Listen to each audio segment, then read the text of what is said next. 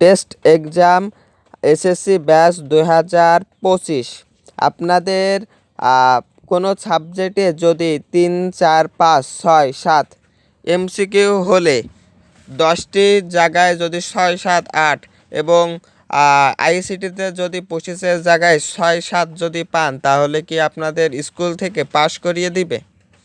এই বিষয়ে স্কুল থেকে আমিও যখন স্কুলে পড়েছিলাম তখন এই বিষয়গুলো খুবই ফলো করে আসছিলাম বা এই বিষয়গুলো আমি জেনেছি বা স্যারেদের কাছ থেকে তথ্য সংগ্রহ করে আমি জেনেছি। তো 5, 6, 7, 8 এমসিকিউ যদি হয় তাহলে কি আপনাদের কি পাস করাবে স্কুল থেকে? এটা কিন্তু শিক্ষা বোর্ডের অধীনে নয়, কারণ আমি বলছি প্রত্যেকটা টেস্ট এক্সাম সকল যে আপনি যেই স্কুলেই পড়েন না কেন সেই স্কুলের অধীনে পরীক্ষাটি হয়ে থাকে।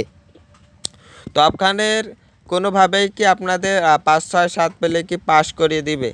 এখন মেন বিষয় হচ্ছে এগুলো কিন্তু বোর্ডেও দেখে না, প্রত্যেকটা স্কুলের শিক্ষকেরা এই এমসিকিউগুলো দেখে থাকে এবং খাতাগুলো কিন্তু স্যারেরাই দেখে থাকে। তো এখন মেন বিষয় হচ্ছে আপনি যদি 6, 7, 8 পেলে কি এমসিকিউ স্যারেরা পাস করাবে? তো আপনাদের ধরেন 6, 7 পেলেন, এখন কোনো সাবজেক্ট অনুযায়ী যদি আপনাদের এটা হচ্ছে স্যারের উপর নির্ভর করবে। বোর্ডের বিষয় একরকম আর আপনাদের স্কুলের বিষয় অন্য রকম। আমি আবারও বলছি, বোর্ডের বিষয় একরকম আর স্কুলের বিষয় আর এক রকম।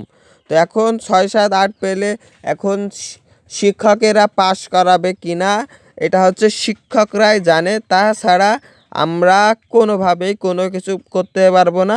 কিন্তু বোর্ড যেগুলো সুযোগ সুবিধা দেয় সেগুলো কিন্তু স্যারেরা দিবে কি না দিবে সেটা হচ্ছে স্যারেদের হাতে। স্যারেরা যদি দেয় তাহলে আপনি পাস করবেন, না হলে পাস করবেন না। আমি আবারও বলছি, যদি স্যারেরা যদি না দেয় তাহলে আপনি পাস করবেন না। তো এই বিষয়টি জানা খুবই গুরুত্বপূর্ণ বলে আমি মনে করছিলাম, তো সেজন্য আপনাদের মাঝে উপস্থাপন করলাম।